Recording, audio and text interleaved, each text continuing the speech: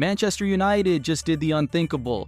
4 back-to-back wins, all under Michael Carrick, the same squad that lost to League Two Grimsby Town in the Carabao Cup just months ago. The same players who couldn't beat relegation-battling Wolves and Burnley. So what changed? How did a team that looked utterly lost suddenly look like Manchester United again? Here's the scary part for rival fans. This isn't a fluke. The numbers don't lie. United are averaging 2.5 goals per game under Carrick. They're currently 4th in the Premier League, 3 points off second place.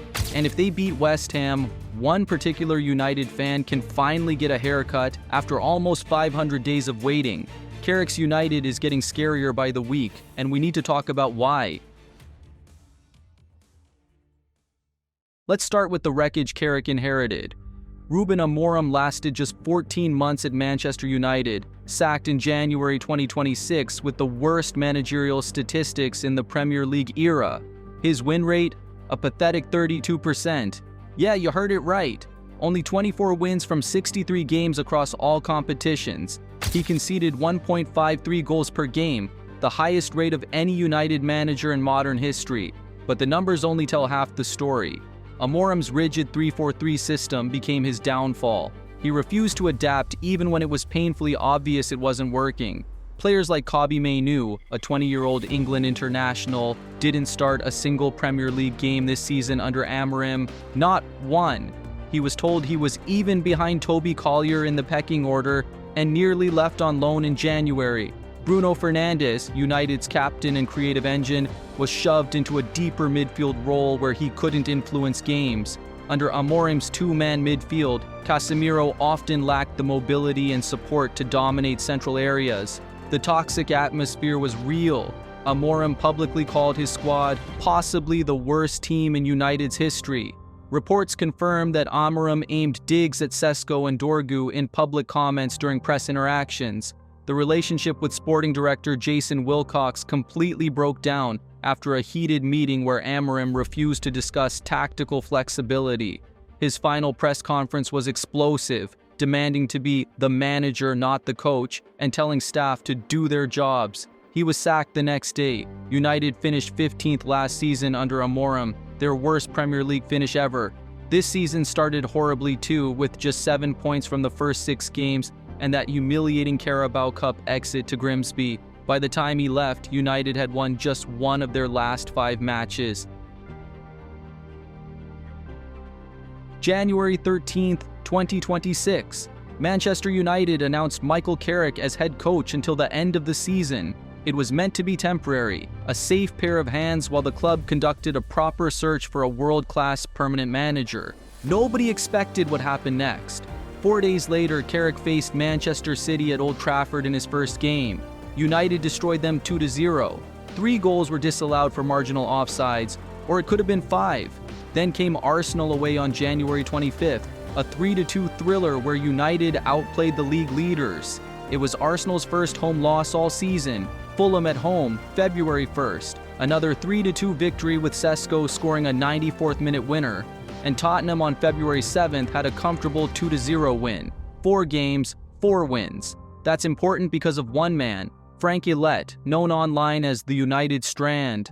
The closest he got under Amorim, 3 wins in a row, that's it. Meanwhile, dozens of teams across Europe easily hit 5 consecutive wins, but not United.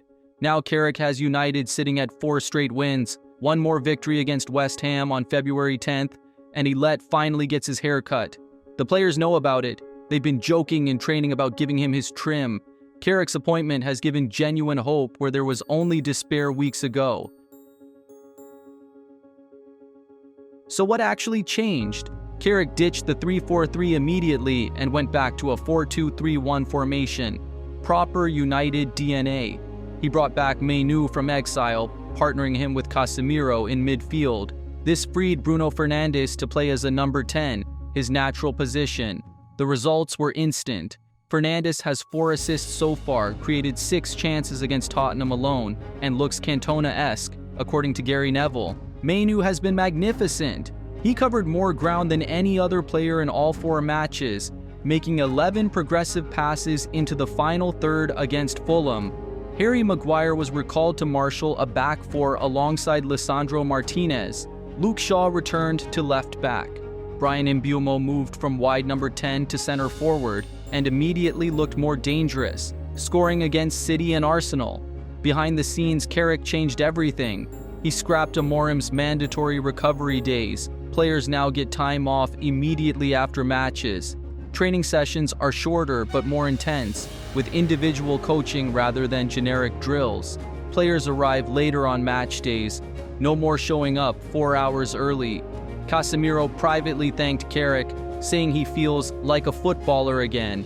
The atmosphere is completely different. The tactical approach is night and day.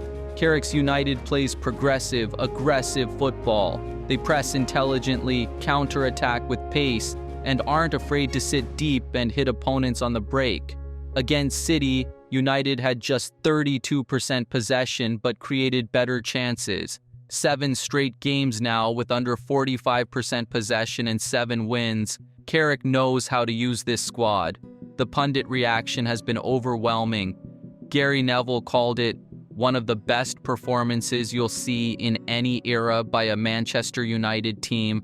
He's blown away by the transformation. Wayne Rooney said if Carrick continues like this, the club should offer him a permanent job.